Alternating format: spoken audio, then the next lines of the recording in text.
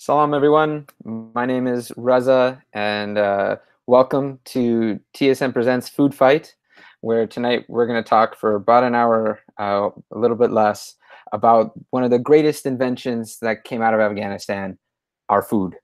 And so the reason why we wanted to talk about this, and something that we've been trying to reorient ourselves for the upcoming years worth of shows, is we spent a lot of time deconstructing the toxic parts of Afghan culture.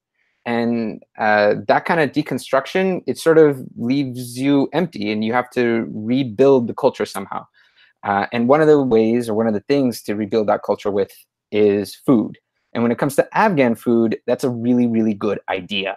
And so throughout the night, consistent with the food fight theme, we're going to have 3 debate topics, and we're going to intersperse that with some more intellectual type questions because we know some of you guys are here for that. But the first food fight debate, the perennial question that every Afghan has asked: what kind of mantu do you like? All right. So go ahead, team, please. I know that you guys all have very, very strong opinions about this. Please tell us. Okay, first off, Dode here, SoCal. But it's Team Mantu all the way. I don't care what anyone says. If you like Shaq, you have issues. Not that it's not good, but it's not as good. So I mean, I think I implied there's only one team anyways, right? Yeah, that's true. So you're a smart guy. You're a good host. But I want to hear what Hinoa has to say. Like this, Team Mantu all the way. The best way to answer your question, because I actually listen to people, the best way to have your mantu is to just have it with sirmos. I know other people like to have the extra meat on top, but just plain and simple wins it for me. The little bit of dried mint on top. Oh, chef kiss. Really simple. Little mint. I've never heard of that. Oh my gosh. Yep. Huh. And Iman, you told us before the call that you had some really strong opinions about this. I mean, listen, first of all, my name is Iman from the Midwest. But yeah, I think we can all agree that in any Afghan home, if you say you don't eat meat, over well. If there's not some sort of gosht on the table, you didn't eat. And let's be honest, what is ochak without the toppings? It's nothing.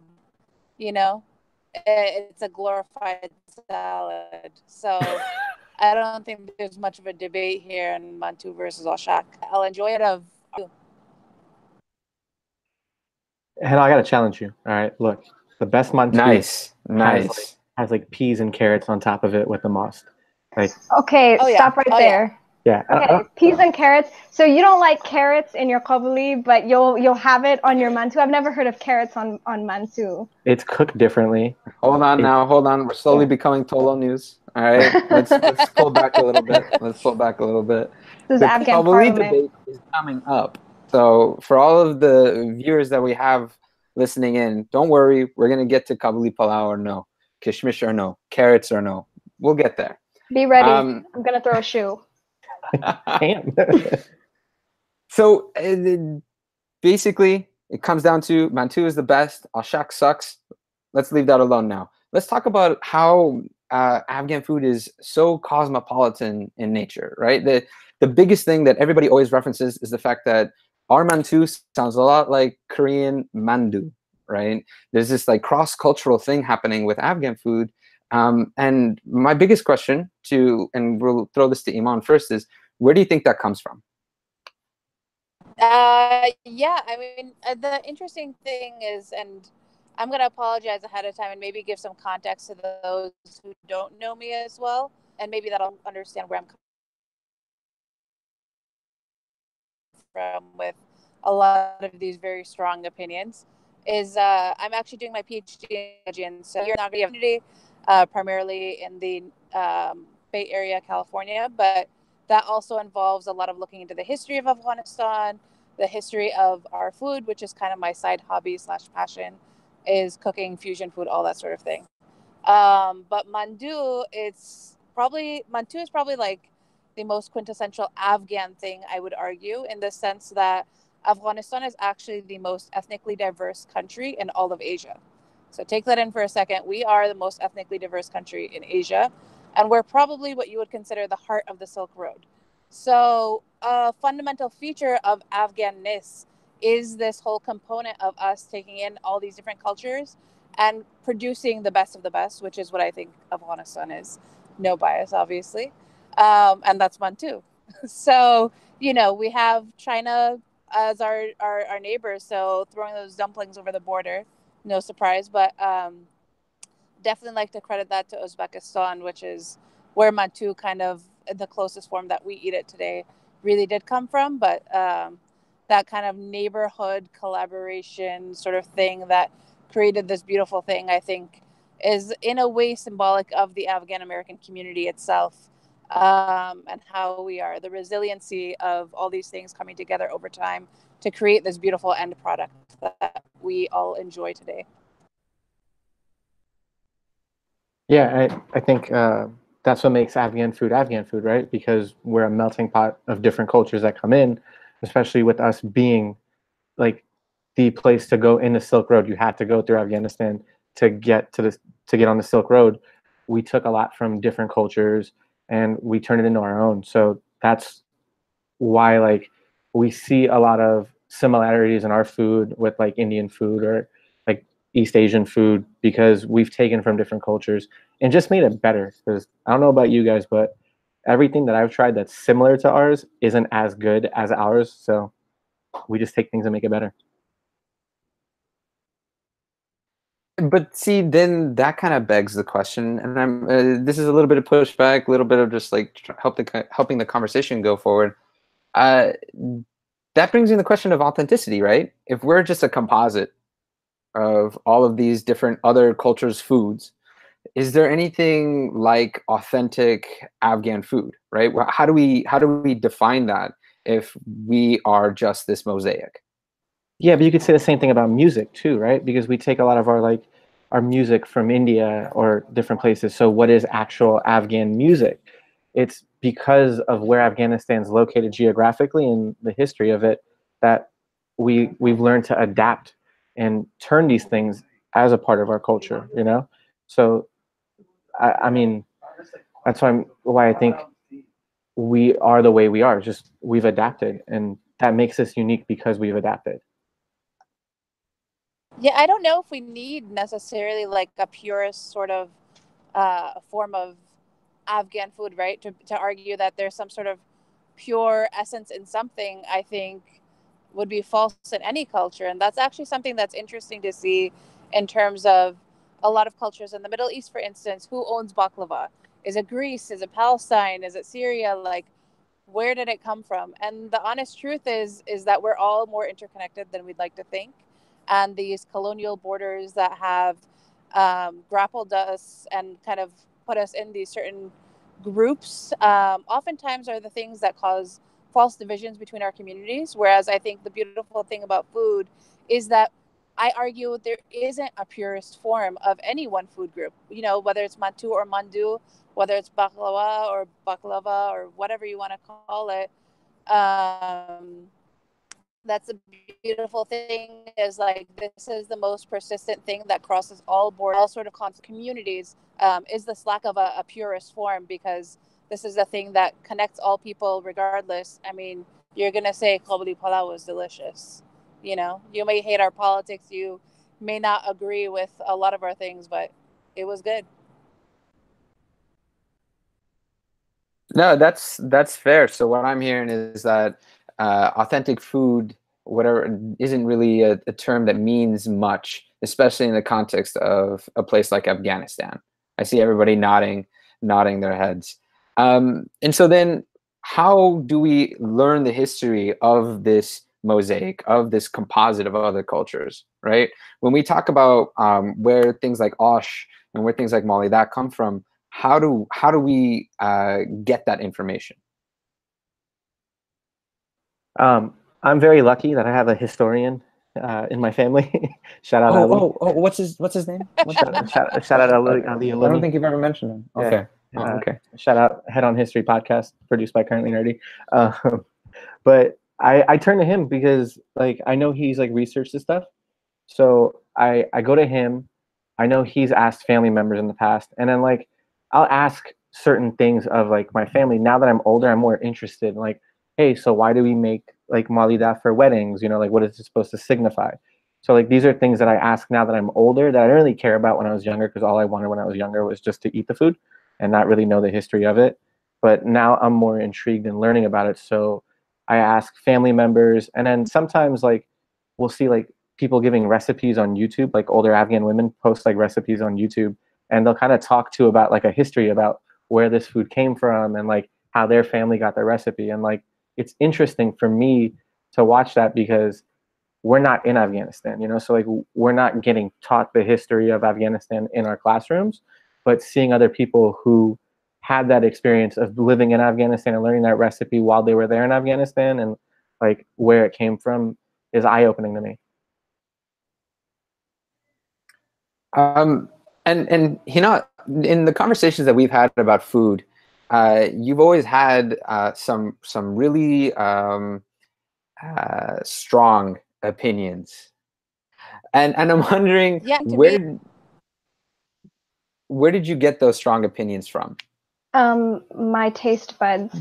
And also, I think kind of like the past 10 years, I've been coming to terms with what I do and don't like and opening myself up to more different Afghan foods and kind of experiencing other cultures' foods that are similar to ours. So like what was an eye-opening experience for me was going to Turkey and everyone telling me, oh, Turkish food's the best, Turkish food's the best. And going there and realizing I don't like Turkish food at all because so much of it in my mind, I'm like, this is like a lot of these dishes are so similar to Afghan dishes, but it's just different. Like to me, it doesn't come across as like as flavorful. And so I think that really kind of hardened my almost like chauvinistic views of Afghan food where I'm like, this is God tier. The rest of you guys are behind. Get on this level. All right, that's a new way of describing food opinions. Chauvinistic. Yeah. Okay. Yeah. All right. And Iman, I think we interrupted you. You were going to say something. honestly, I slightly lost my train of thought there. Okay. So we can move past me for a second. For my question to you is a little more Oh, I pointed. just remembered it. Okay, go I'm ahead. sorry. Go I'm ahead. sorry. Go ahead. Go ahead. Yeah, that's fine. What's interesting is about a lot of Afghan food that's carried over here is if you think about it, things like haft mewa, you know, the 7 dried fruits that are soaked in water and then we eat on Nowruz. It's the purpose of that was because we had a lot of dried fruits from winter that were left over, and it marked the beginning of spring when you soaked that, and they kind of became like this plump thing that was similar to fruit that was about to be harvested and kind of come about and all of that with this changing of the seasons, right?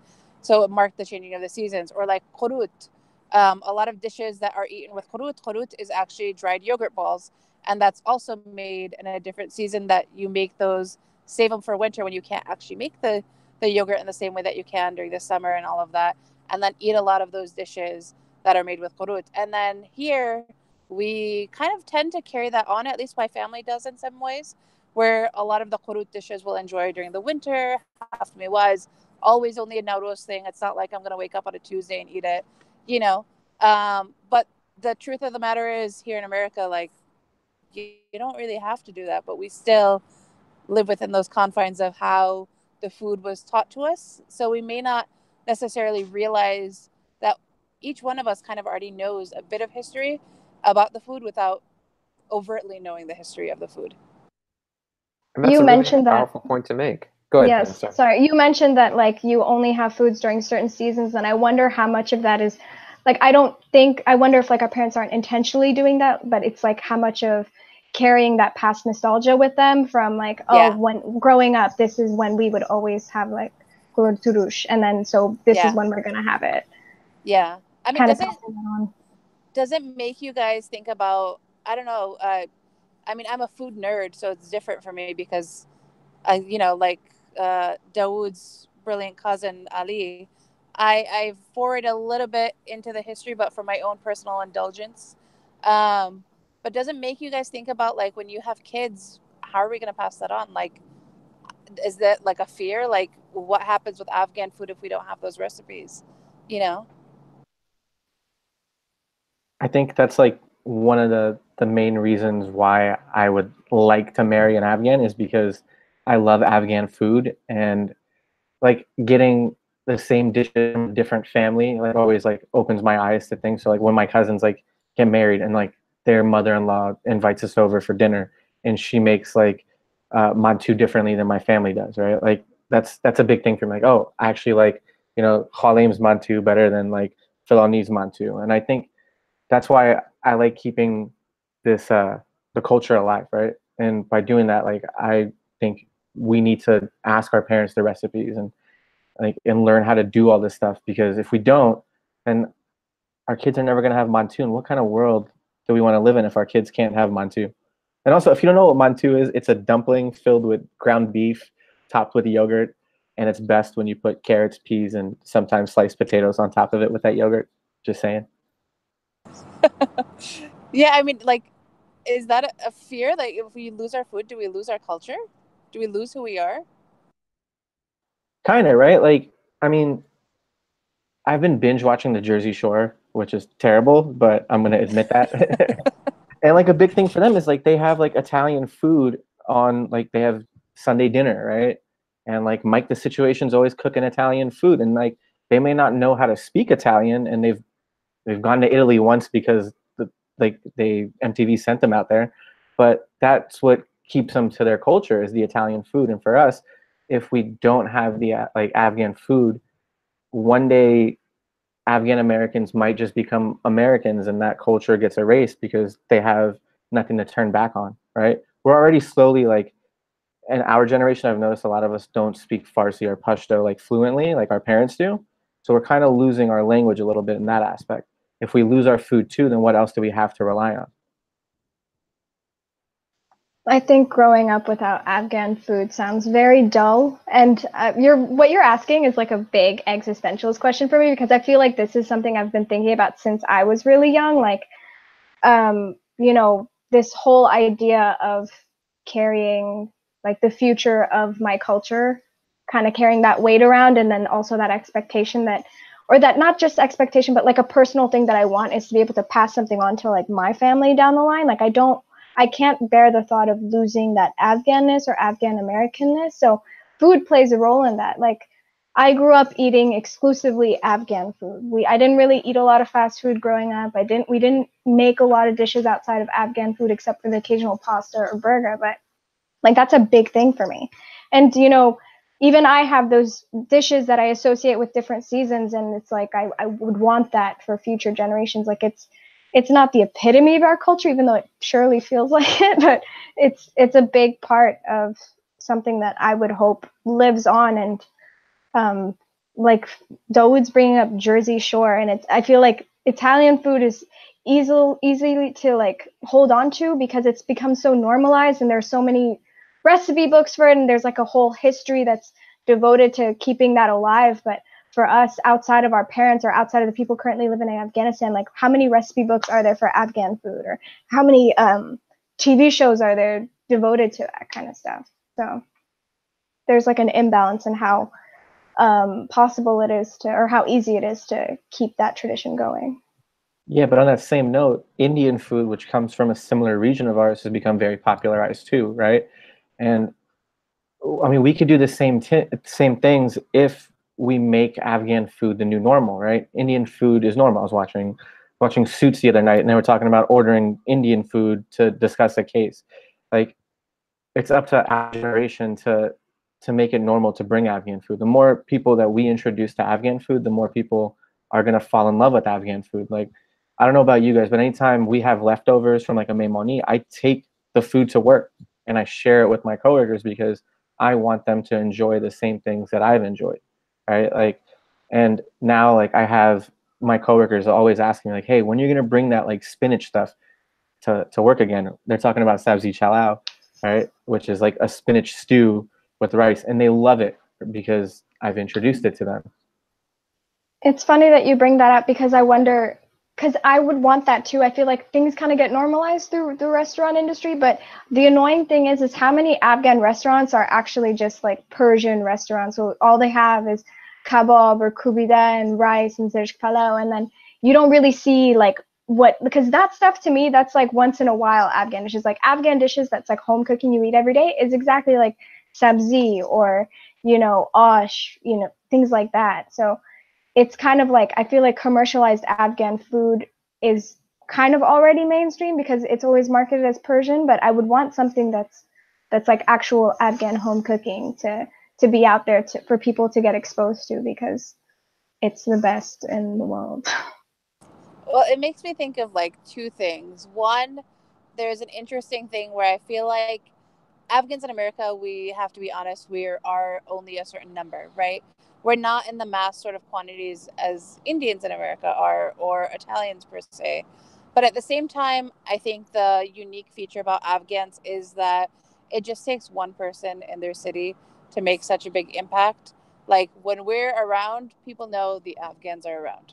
Like, I don't know about you guys, but growing up in small town Ohio as the only Afghan family, I think the entire city of Toledo knew we were the Afghans of Toledo, Ohio. Like anywhere you go that there has been an Afghan, people know like we've been around. So it's not like we don't have the power of our voice and our reach. We do. But there's two things. I guess I'm digressing from one interesting point, which is, do we want our food to become like the Olive Garden of America? Like how would we feel if Afghan food became like Olive Garden, where it's Italian food everywhere? Um, and then the second is, do we feel like there's kind of like this cultural oppression or appropriation of our food oftentimes where it silences our voice because we're not the ones that are controlling it? It's other peoples and communities that kind of are taking ownership of some of our foods, and then we don't get known. It's just like a mass ambiguous cute Persian food because that's the palatable politically correct way of getting people to eat palau. I think there needs to be a big consideration of how difficult it can be to cook Afghan food. I know one of the reasons why I didn't grow up with as much Afghan food as many others, especially a lot of you guys on here on the call, is because my mom hated the amount of work that went into it.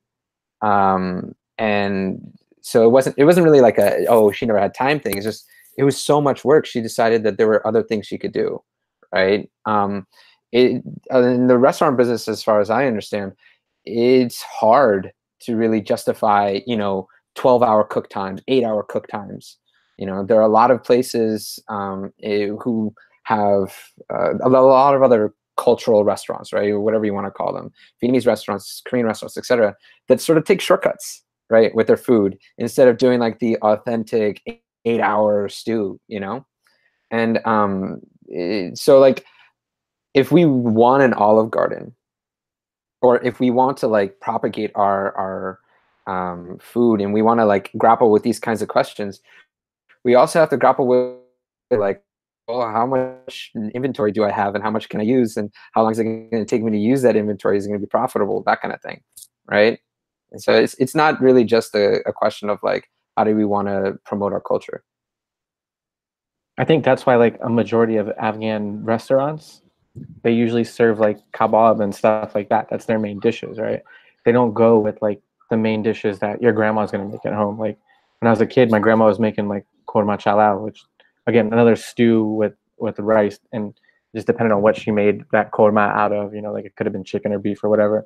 But you'll see at Afghan restaurants, it's kebab because it's easier to make, and it's also a nice like entryway for people to get into Afghan food, right? Because they've heard of kebabs before. They don't know it's like specific, like Shami kebab is specific to like a region in Afghanistan, but they've heard of kebab before, so they're more likely to eat that food as opposed from putting shola, which is like a mushy rice on their plate, which kind of looks like puke, So like it's easier to get them to eat Afghan food if it's already known a little bit. Yeah, I guess I maybe have this like glorified dream of like someday some Michelin star chef coming out of the Afghan community and having their own gourmet restaurant or something like that, or being on like Iron Chef or something like that. I know that's crazy, but I also know that our community isn't or hasn't been in a financially stable enough of a position to support people to do that kind of stuff. But that's, my side dream. That's an amazing dream to see an Afghan American chef or Afghan chef on Iron Chef. That'd be dope. That's when you know you've made it, mama. All right, so we promised you guys food fights. The next food debate topic: do you want kishmish on your rice or not? Do you hate your taste buds that much or not? Diz looks like he's really ready to answer. Yeah. Go ahead. Look, I know it's like one of our main dishes, and it's served at every freaking wedding and at every freaking Maimoni. But god damn, do I hate kabuli palau. Like, I love palau, right? The brown rice with the gosht or the chicken with like whatever your family decides to make it with is amazing. Why add raisins and freaking carrots to it? It just dilutes from the flavor. It makes it too sweet because palau is supposed to be savory. I don't care what anyone says. Palau is supposed to be savory. It's not supposed to be sweet. Don't look at me like that, Hannah. Like, Grow up. No, I am grown. Grow up. I'm grown. I know what I No, like, and I I'm got not your gonna back, eat. Diz. Yeah, it's I disgusting. got your back. And I it's can't. I so feel so attacked right now. flavor. 3 anti-Kabuli people on this debate. Oh, So- you too, I'm Rissa? hurt. Let's Oh my let's God. first define some terms here. Right? How would you guys all describe the flavor of palau? What is palau? Can I go into the flavor of palau first of all? Tell the audience what it is first. We keep saying palau. Okay. If you haven't had palau, first of all, you should get off this call, go to YouTube, search Nuria Sadiq, make yourself some palau, find the nearest Afghan near you, eat it, understand that you have not lived life up until this point. Secondly, what it is the most beautiful combination of or aromatic flavors that comes together into a food, and it's actually part of the love story of me and my fiance right now because he's Kenyan and he's Swahili, and they also have palau. So believe it or not, Afghans have made it out there in the world. It is a meat broth based rice. Has a sort of a fried onion sort of water underpinning to it, and it's spiced very evenly and well, but it's not spicy. The combination of spices is a certain proportion of things like cardamom and cinnamon and cloves and things like that that come together into what looks like a brown rice, but what tastes like a million flavors exploding into your mouth at once. So why would you ruin that with raisins? Why would you screw with that with raisins? That's what I'm saying. Yo, Thank you. Iman, you brought up cardamom. There's nothing I hate more than biting into my palau and getting a whole fucking cardamom in there, and like it is the worst because like I just have to spit out that full bite, and I lost some glorious palau to freaking cardamom or ale as it's called in our like country. You know what would cut out that taste of cardamom, kind of help it even out? Oh, okay. Raisins and carrots. You know when I used to pick out raisins and carrots from at Cobley? When I was a child, okay? Your taste buds were I've better as a grown. child. I've grown. I learned to accept it. It's a maybe combination. What I'll argue is the middle ground. I'm gonna be honest. I put my raisins and the carrots to the side. I've become quite an expert at filtering through because everyone's gonna give me that scoop that's already mixed up. I know it, but I also know that I'm gonna be loved by the person sitting next to me because they'll appreciate being able to take that. And what it is, it's like there's kobali, which is I'm feeling a little extra today. I want a little kick of something.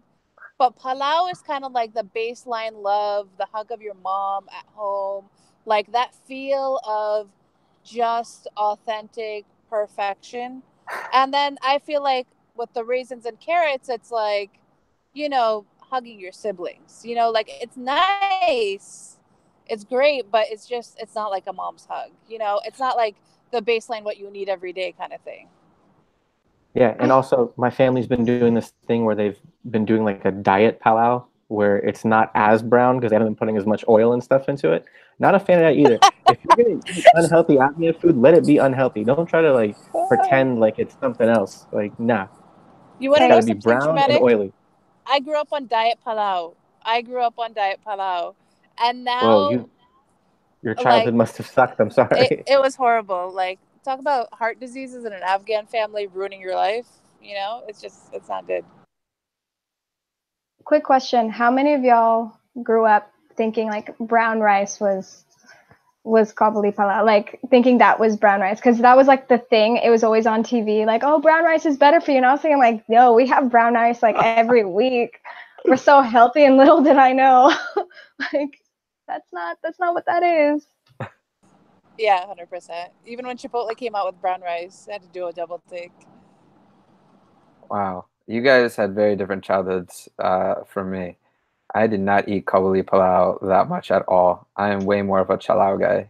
What Chalau, even? by the way, is long grain white rice cooked with oil and salt and cardamom and star anise and all this other stuff you want to put in it. But it's it's I think better than palau. You But need to go to more Can Maimanis, I bro. ask a question about your chalao eating? My Yeah, yeah. mom puts yogurt with her chalao, oh no, adds sugar on top of the yogurt. whoa.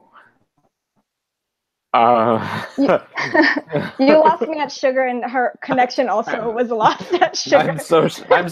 I've Yeah. never heard that before ever in Yeah, my no, life. man. I'll put like I've heard of a that pinch of though. salt, some dried mint leaves, and like You put more salt on the rice that's already been flavored with not on the salt. rice, fool. I Oh. put it in the moss, right? And then Oh. I sprinkle some mint leaves on there, and then you gotta like mix it all up. Like you gotta make some Yeah. moss and on up. Like that's See, I'm really not a fan of moss or yogurt, as we Americans call it. I don't put yogurt in anything that I eat that's Afghan food, except for mantu. That's it. man, you Like got issues, that's bro. pretty much it. Yeah. There's something wrong with you.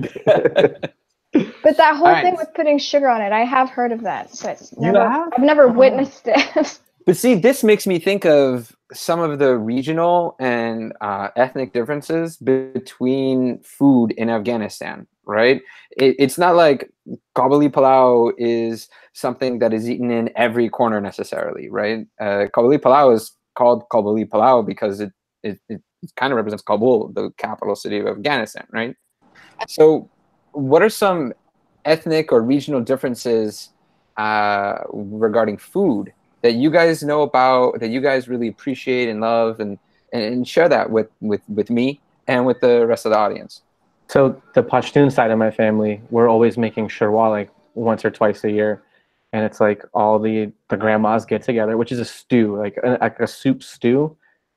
They'll mix it with a whole bunch of different meats and stuff, and we do that like once or twice a year. Where like my grandma and her sisters get together, and like some of the other aunts will go there, and they'll have like a whole day of it where they're making like just like big old like pots and pots of shirwa, which is something like I notice is a Pashtun tradition that we do.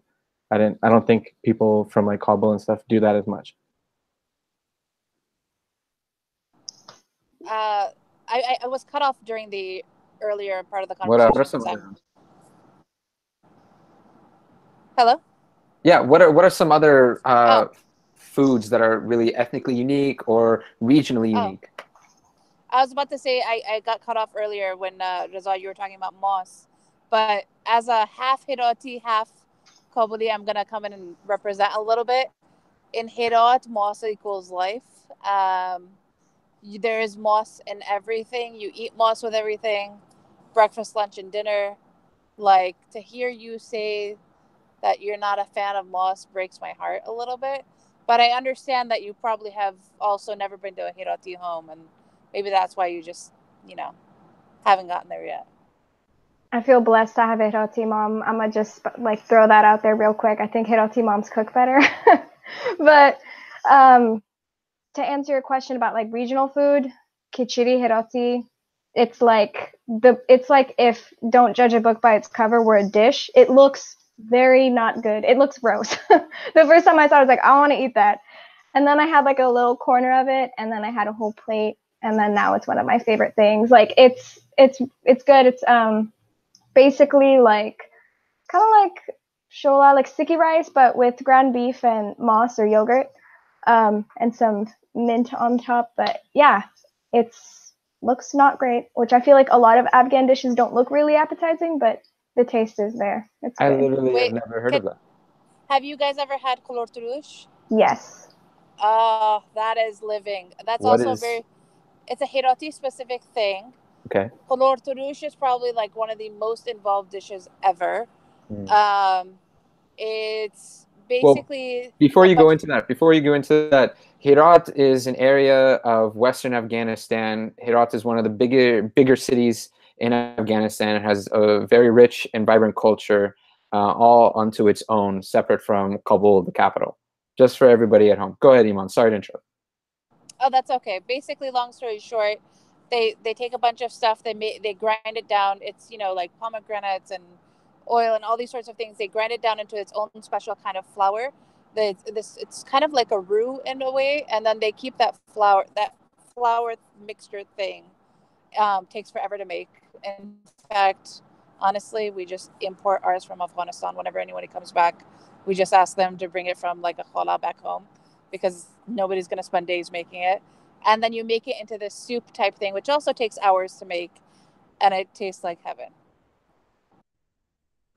I don't know about you guys, but my family does like weird things with food.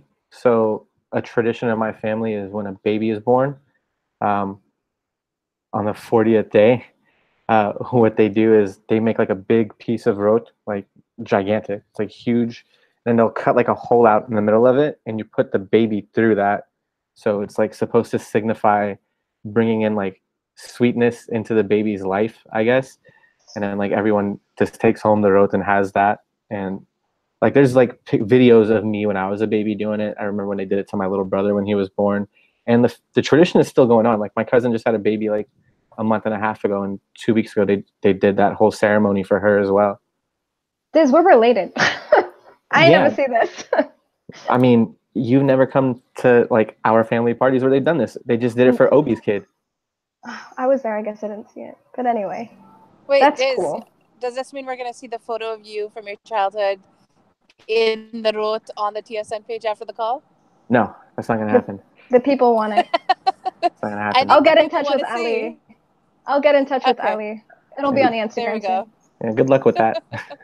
Be sure to check out TSN's Instagram, Twitter, and Facebook page to see Baby Diz inside of. And how would you guys actually describe this? Is something that I've really struggled with my non-Afghan friends, to tell them what rot is. I always end up with like it's a cake, or more it's like a cookie, but it's also kind of sweet. But sweet bread. how would you guys describe it? I tell them it's an Afghan cookie. It's just easier that way, right? But it's huge. But it's not a cookie. It's like a sweet it's bread. Like a shortbread. Yeah. It's like a shortbread. It's like a shortbread. Well, isn't a shortbread a type of cookie? They have shortbreads for the Girl Scout cookies. No. It's like, well, do you guys think that Afghans even eat really sweet anything? We don't. Yes, sweet. Our dishes are sweet, but our cookies are savory. Like yeah, that's so true. But then and we'll have like kulche namaki or kulche shor. What describe that, Hina? A kulche namaki or kulche. It's like it's like a savory, salty biscuit. Like basically, it's one of the weirdest things. My parents love it, and then every time they're like, "Oh, do you want some?" I'm like, "Why would I do that to myself?" I kind of think of it as kind of like how there's a Southern biscuit. Like when English people hear biscuit, they think of like a cookie. But when biscuit in America is like a Southern biscuit, it's savory. So I kind of think of it that way. Like a kulche namaki is just a savory Maybe cookie. Afghans are just all Southerners. Don't say that. Can I throw another food fight in here? Sure. Does anybody else pick the siodana off of yes. their rot or kulche shor? Siodana, anyone else want to translate what that is? I don't know the names of things in English. Like black sesame almost? Not black sesame, something like that. Mm-hmm. Yeah, black sesame seed, I think. That's what it is, yeah. Yeah. You take that off your rot? What's wrong with you? Like, it's a flavor. I don't eat rot. What? Yo, I also don't really eat rot, but when I do, I brush off the extra siodana. What? I'll eat Why? some of it, guys are crazy. but I'm like, I don't want that. It's like getting a cardamom under your tongue if you're having shichoy. Oh you know, God. like a piece of hail. Wow. No.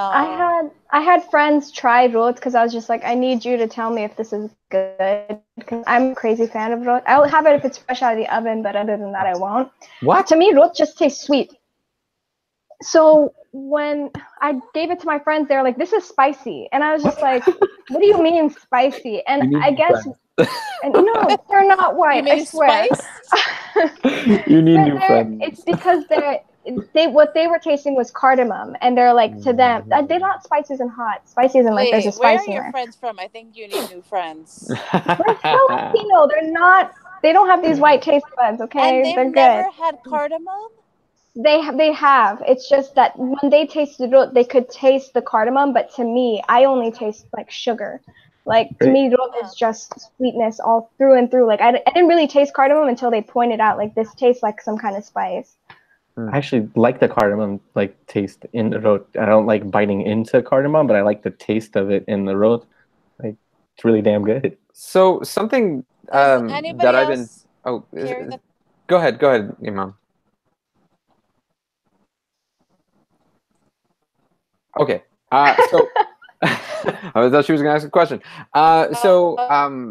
Something that I've also thought about when something that I've also thought about when it comes to like these different kinds of foods, depending on region and ethnicity, is do they create barriers between different people in different parts of Afghanistan, or when we come over here, do they create barriers? Like I have not had a lot of the foods that you guys are talking about from Herat, and that's probably because both of my parents are Kabuli, and they may never have had the food that you guys are talking about, right? And so we talk a lot about how across borders our food gets merged and mixed and blah blah blah, but across provinces, does that happen? And when we transport our culture here to a whole nother continent, does that still happen? Do we get like the mixing of foods that we love and adore? I feel like it's more likely to happen here. Yeah, Because has it happened? That's the question.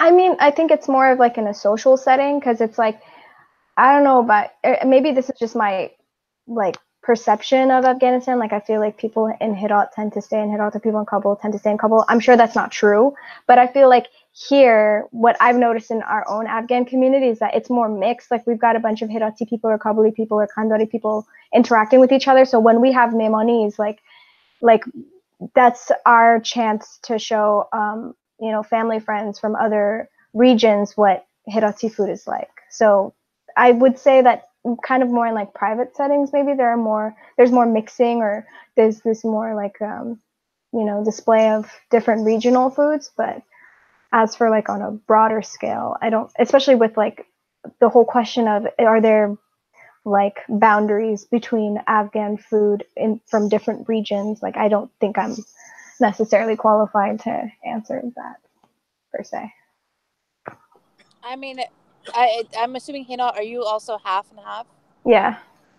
Okay, yeah, same. I don't know about you, but like my Kabuli side of the family, I feel like they warmed up to my Hiroti side of the family a little bit more after they had more of our Hiroti food. Like, I think that's the beautiful thing about food is like, you can tend to convince people on a lot of things that you wouldn't have otherwise just through this act of love, which is sharing a meal. I don't know.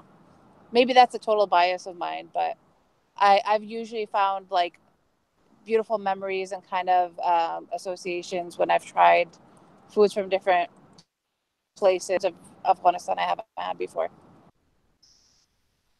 And so that kind of begs the question, like, where does someone go if they want to have something like Uzbeki palau or Herati food? Like, where does someone go to get that? Do they have to go to someone's house? Yeah, right. Like that's the only times I've encountered it is if I've gone to like a friend's house who isn't Kabuli of like Pashtun descent, or if I've gone to somebody else's wedding who comes from a different region and I've had their food. But most of the time at weddings, they kind of keep it to the standard with like the sabzi Kabuli and like shola. But it's always been going to somebody else's house or being invited somewhere else or going to a different event where I've had different types of foods that I didn't even know existed. You know. I almost wish we could have gotten someone from Fremont on here, because I wonder if do you live in a place with, are you from Fremont? Are you familiar I'm with it? half from Fremont. My entire ethnography was based there. Because like with a place with so many Afghan restaurants, because what this is kind of reminding me is like the only other time that I've seen like maybe Afghan restaurants that had people from different ethnicities running it. By different ethnicity I mean like they're not Tajik or Pashtun, like was in Sydney. Like they have an area called Blacktown where it's a bunch of Afghans there, but it's a lot of like, you'll see a lot of Hazaras there, and so they have their own restaurants. I don't know, I'm not familiar if there's any kind of difference in cuisine, but maybe if they have their own different regional variations. So I would think like there is a possibility for there to be restaurants that you could be exposed to different types of food, but yeah, like I think locally it'd be just through families.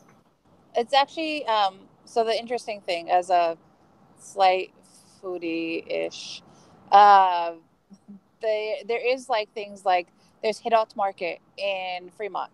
Hidot Market is a grocery store, but at the same time, their shir chai arguably is better than the shir chai you'd find in any other grocery store.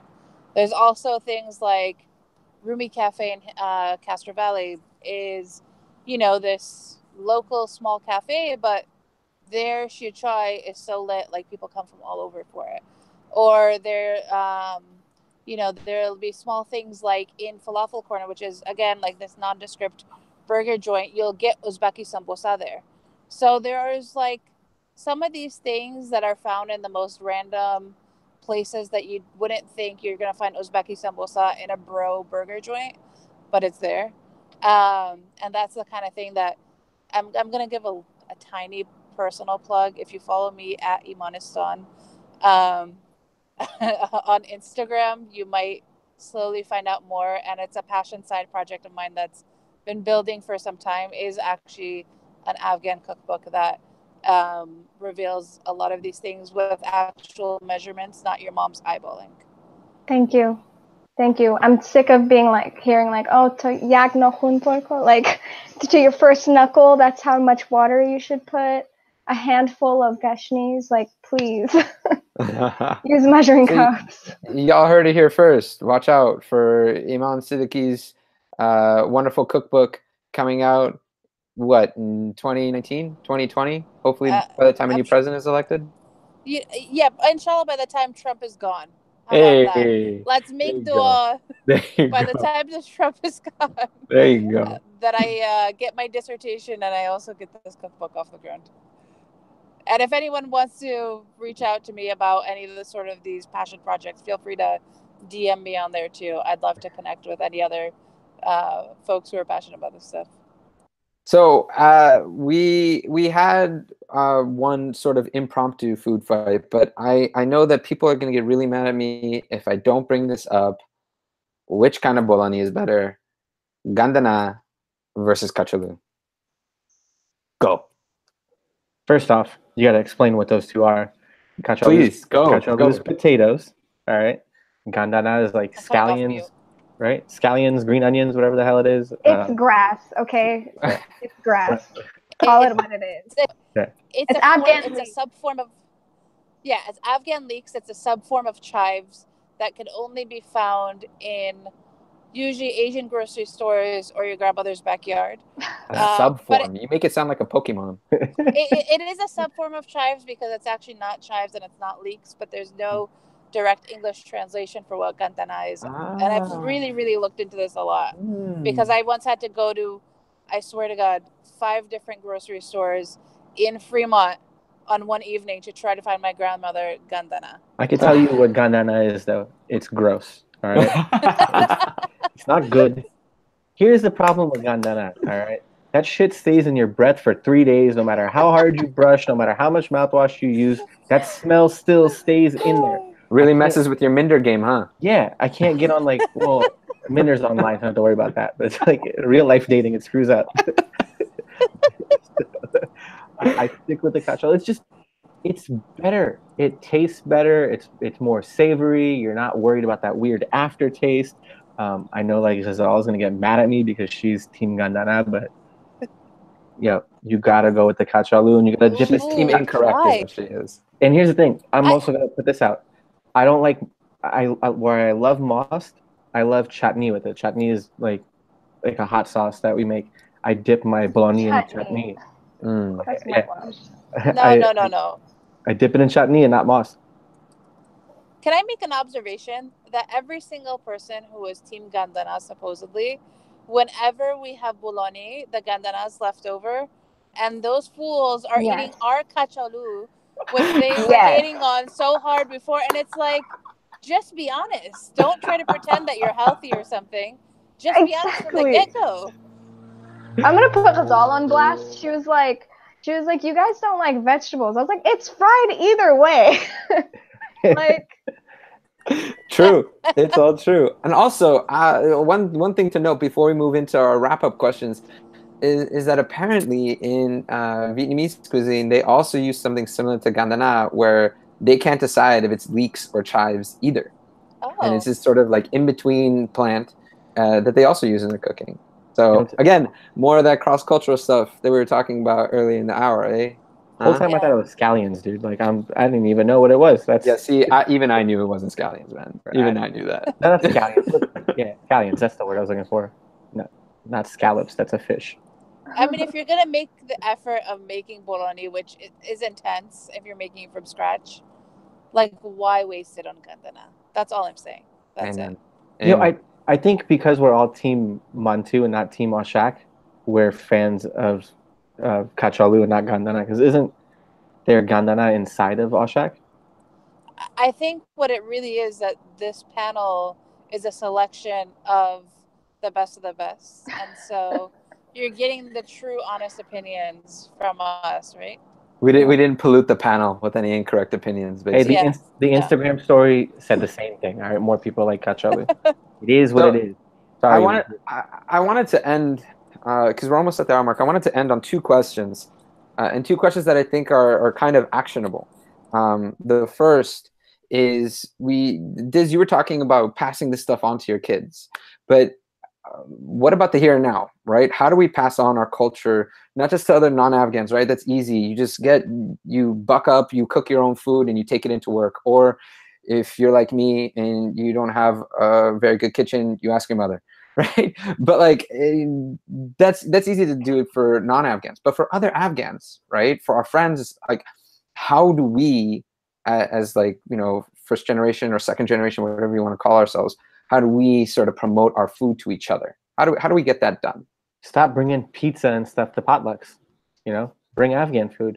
Like we all, a lot of us hang out with other Afghans, and if we're gonna hang out with them, let's bring Afghan food so we could see like how our families make certain things, and then that if we keep that culture alive, right? Like we're hanging out now. Once we have kids and stuff, and we start hanging out, and we're still bringing Afghan food to potlucks, then our kids will see that culture growing up as well, and maybe they'll get the idea to do the same thing.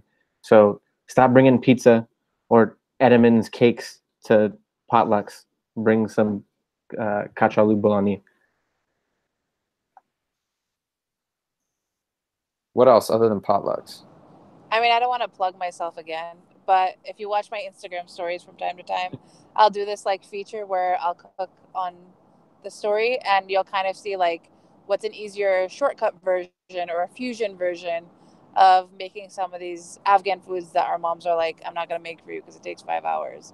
So I think if we can share more of those tips with our friends, have more platforms than, I mean, I'm sure there's like, there's a lot of cool bloggers out there. There's Zermina and Nilafar Sultani. They both have cool Instagrams that they follow. They're both a little healthier than I am, not going to lie. But they also share these sorts of tips. And I'm sure there's more than just us three out there that do this sort of thing too. No, that's true. And I'm glad you plugged them. Hopefully at the end, we'll say them again for people who missed it. But I'm glad that you plugged those other two Instagram bloggers. And I'm glad that you plugged yourself as well. So I know that there's a book coming out from Iman later on when Trump isn't president anymore. But for people at home who want to look something up in a book or want to look something up on YouTube, what are some YouTube channels? What are some books that they can refer to? Because just saying, go to your mom for Afghan food, go to your uncle for Afghan food, go to your grandpa for Afghan food, that's not going to cut it, right? So where can people go outside of their relatives to look up good Afghan food recipes? We got a suggestion from Manaza Eftekar online.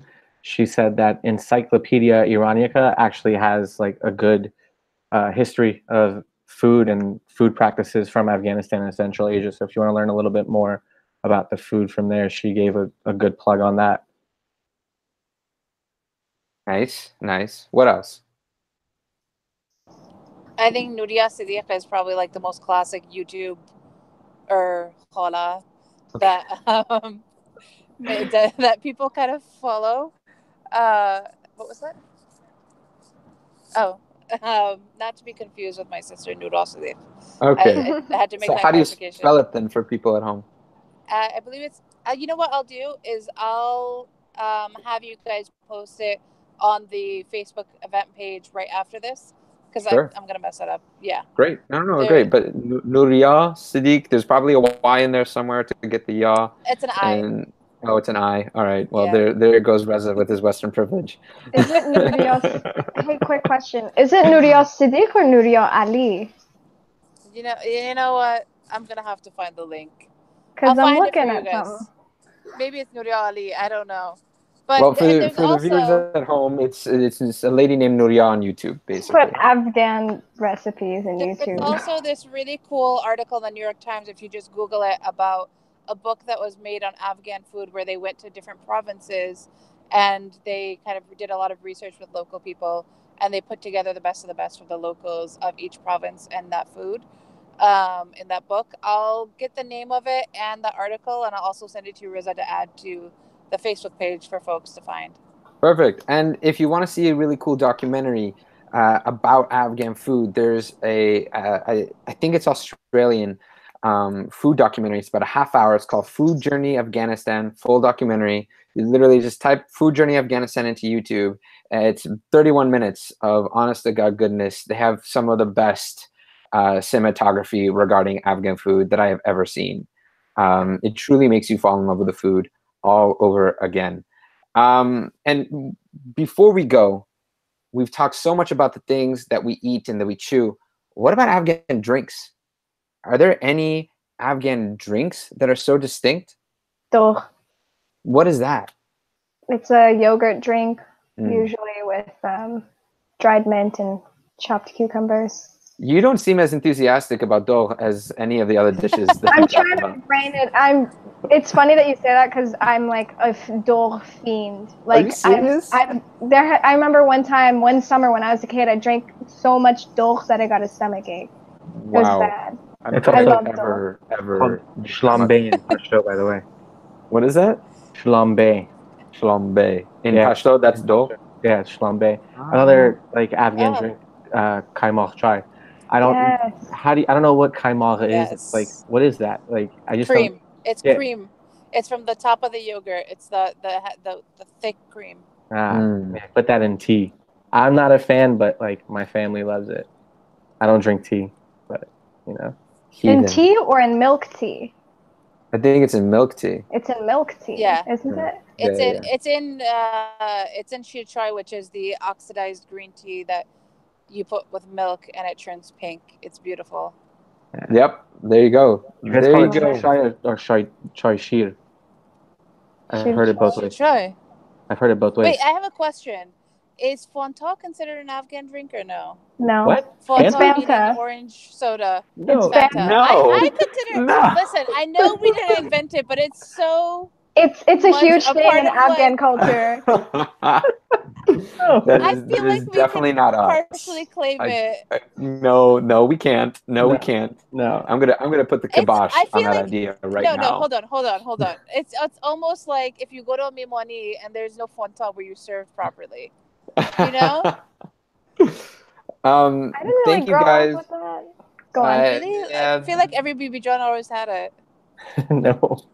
definitely not my BB John, but I've had it at a lot of parties recently. Like a lot of places that I've been to recently, like that are Afghan. I've definitely had that. But thank you, all three of you guys, for showing up and fighting over food.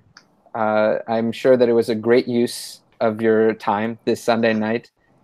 So we really appreciate you, Diz, Hina, Iman. We really appreciate you, the audience, for tuning in with us, sticking with us for an hour, watching us do some jangi or fighting over Afghan food. You can check us out on Instagram at Some of Our Network. You can check us out on Twitter and on Facebook as well if you're part of the older demographic. And you can check out our FB event page if you have any other questions, or if you want to see some of the YouTube channels, the bloggers that we mentioned today. We're going to post them on there, as well as our other social media outlets. So from me, Rizal, to you, thank you so much. And catch our upcoming podcast, either on Apple Podcast or Stitcher or wherever the hell else you get your podcasts from. So thank you very much. Khalafis, good night. Bye-bye. See you later.